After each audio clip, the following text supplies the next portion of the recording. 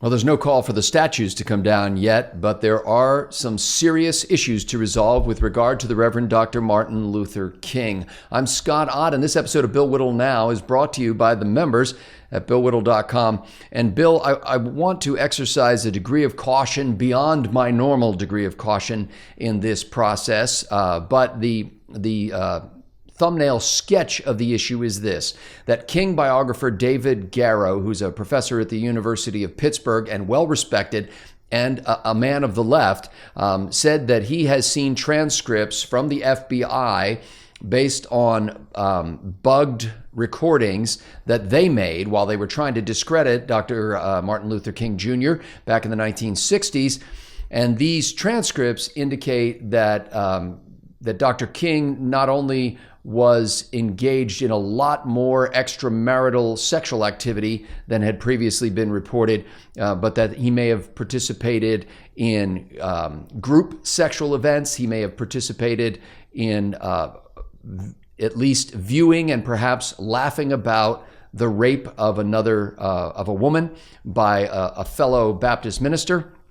And Bill, because we don't have the tapes themselves, these transcripts were apparently inadvertently released during a document dump that was on schedule from the archive where they were stored back in 2017, 2018. The tapes are not scheduled to be released until 2027. And so this is all we have to go on right now. Bill, I guess the first thing that occurs to me is the FBI was bugging the room of a guy who was not accused of a crime.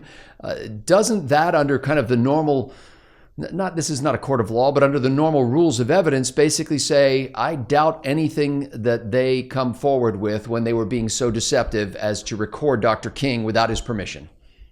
Well, those are two separate issues.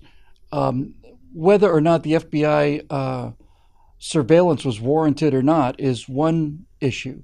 But to suggest that because it was unwarranted, an FBI surveillance consisting of audio tape is as unreliable as, you know, as Mickey the Boot down there on the docks, who gave you the information for $10, is not the same. So you can say that the investigation may or may not have been legitimately warranted.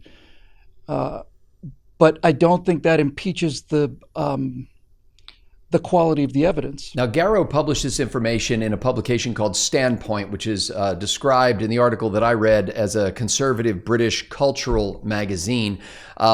And he is careful to note that what we're going on right now are summaries and notations by FBI personnel, in some cases unknown FBI personnel, of those conversations, of those calls, but that allegedly the FBI didn't just record this information, but there were agents listening in at the time of the alleged rape situation that Dr. King allegedly witnessed.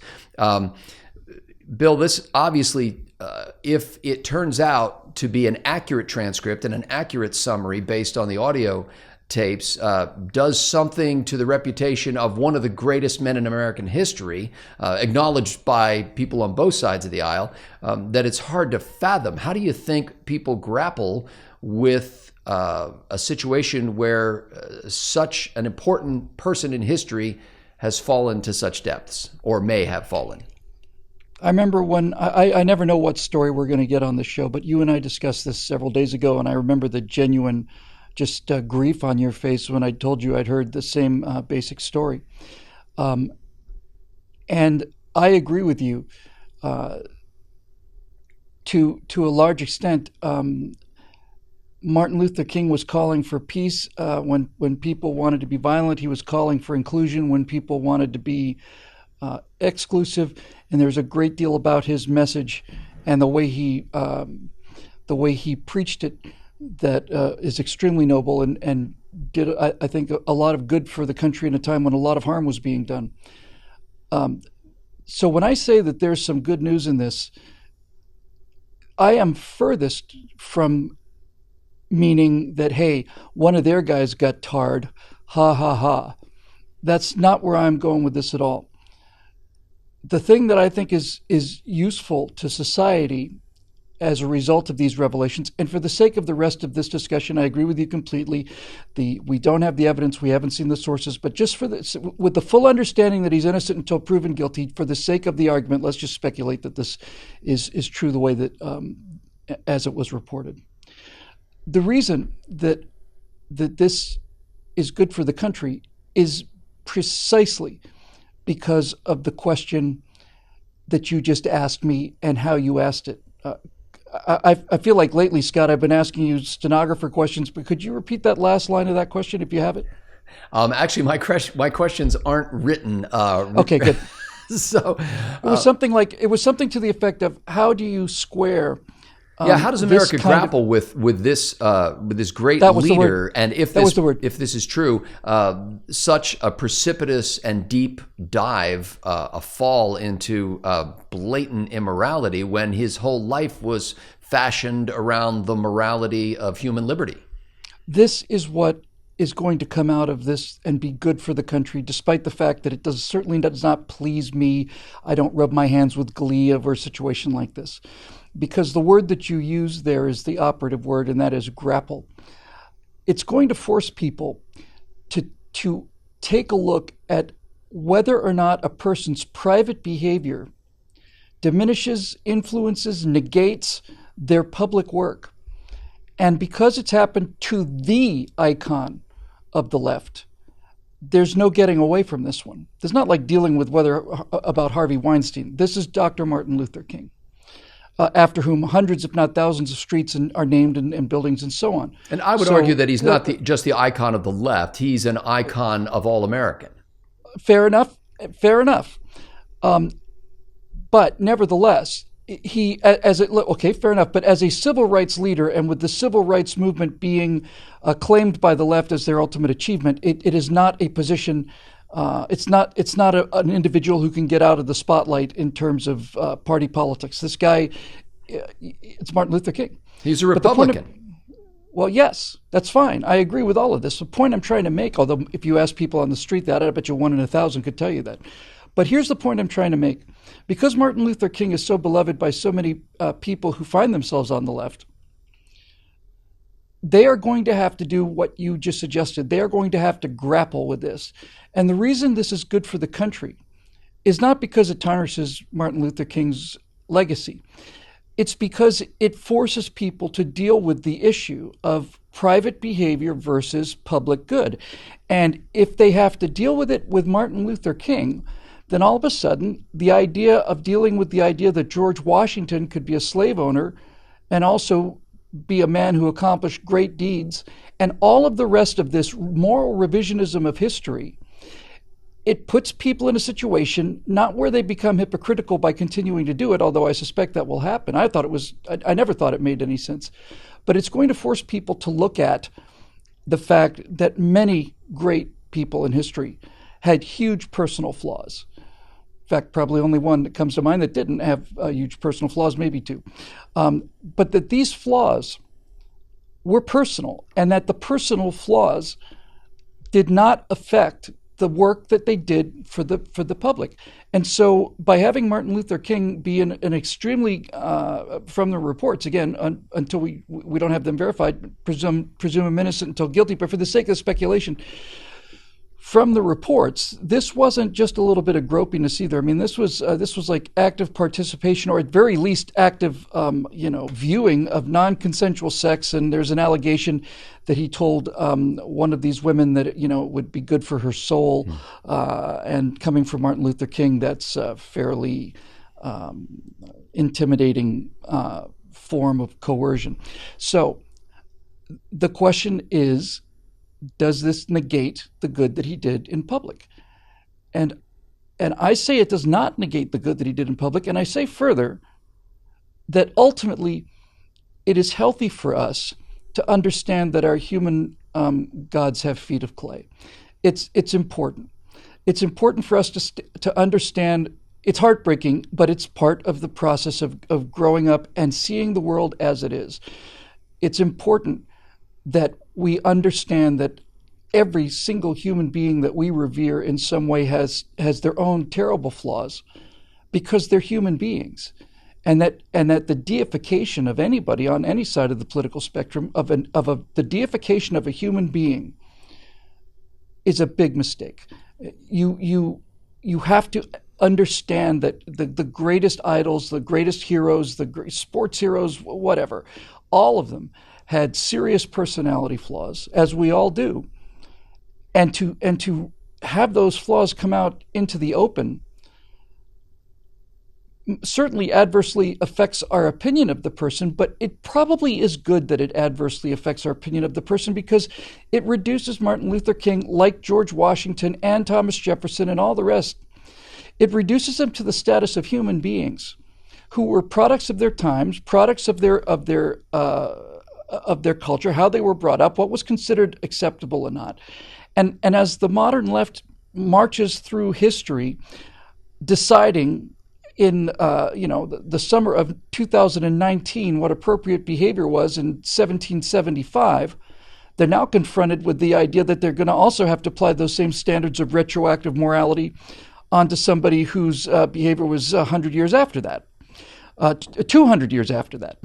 And to the degree that this forces people to understand that the personal foibles of a person are not something that you simply dismiss, and they're not something you say, well, it doesn't count because it's George Washington or Martin Luther King. Not at all. It counts a great deal, but it is going to force the left to take a lot. And if they don't do it willingly, then and the rest of us are going to make sure that they do it unwillingly. They're going to have to review this idea that they are somehow champions of perfect morality, 18 years old in Berkeley, deciding which one of history's figures should remain standing and which ones should be pulled down because they don't confirm or conform to their own personal political views. Yeah, there are probably hundreds, if not thousands, of roads, schools, and statues across the country that bear the name of the Reverend Dr. Martin Luther King. Bill, this biographer, this David Garrow, wrote in 1986 probably the preeminent biography of Dr. King, called Bearing the Cross. And a couple of years ago, when some information leaked out that the FBI had evidence that Dr. King was a hard-bitten communist, he said this, Garrow said this: "The number one thing I've learned in 40 years of doing this is just because you see it in a top secret document, just because someone said it to the FBI doesn't mean it's accurate."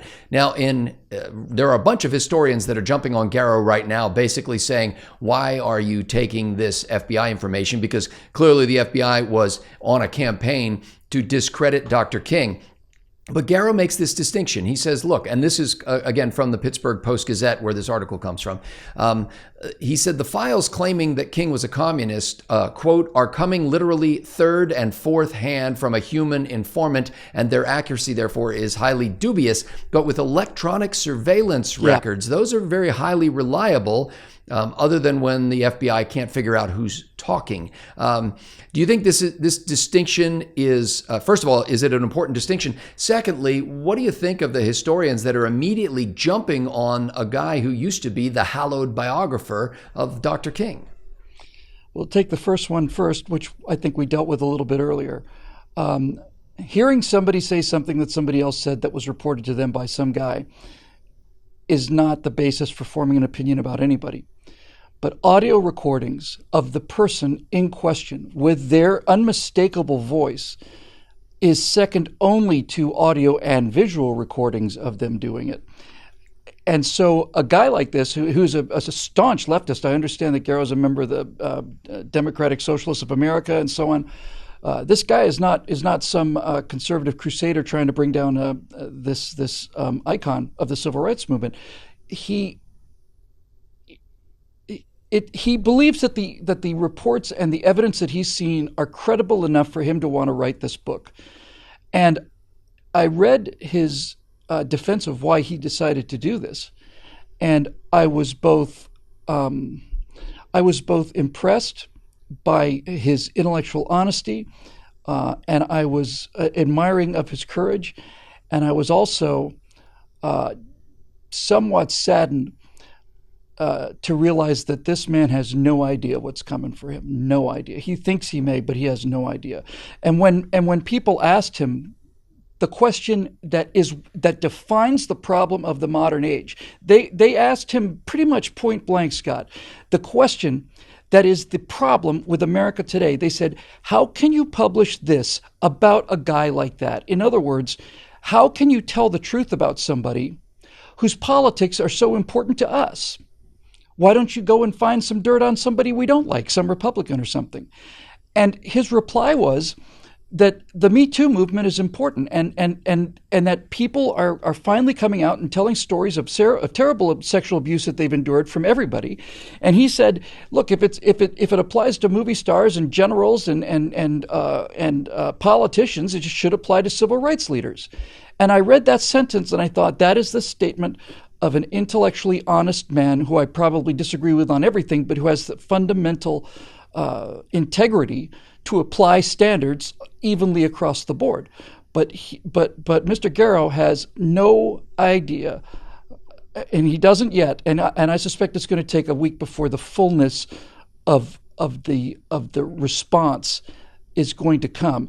And when it does come, it's going to take the exact same form that it took when other darlings of the left suddenly wake up and see the light. The one that comes to mind closest is David Mamet, who, by all accounts, from anybody, you ask anybody in Hollywood, prior to him announcing he was a conservative in, was the Village Voice or something? Or no longer a brain-dead liberal, anyway. Well, that was how he described himself. Not his phrase, actually. That was the editor's phrase, but the article was under the headline, "Why I Am No Longer a Brain-Dead Liberal." Yes, so he's a conservative. But not only did Mamet lose 95% of his friends, and I don't mean acquaintances, I mean close friends of his, suddenly decided to never talk to him again. That alone is heartbreaking. It's heartbreaking. It is really, and we've talked about this before, Scotty. I mean, I know about this from personal experience. It is absolutely heartbreaking to have somebody close to you, a relative or a close friend who's known you your entire life, discover that you have a different political opinion about things and have that override their entire 30 years of intimacy and experience with you, and suddenly decide that you must be some kind of a monster. But that's not the point I'm trying to make. When Mamet published that article, he must have been aware it was going to hurt him. I suspect he didn't realize he was going to lose as many friends as he did, but that's not the point. The point is that as soon as Mamet had made that statement, the reviews of his plays and retrospectives of the reviews of his plays changed.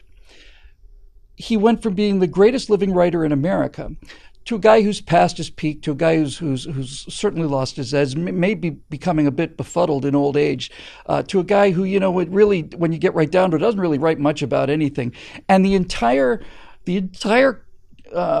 theatrical community and critics and so on began to rewrite the history of David Mamet. And this is what they do. They rewrite the history because it suddenly is a point, not that they're wrong, but just that that people can be flawed and that they're not perfect. By the way, before Garrow published this article in Standpoint, the British journal, he ran his piece by what he says are close to 36 historians, authors, and journalists, and had them read it.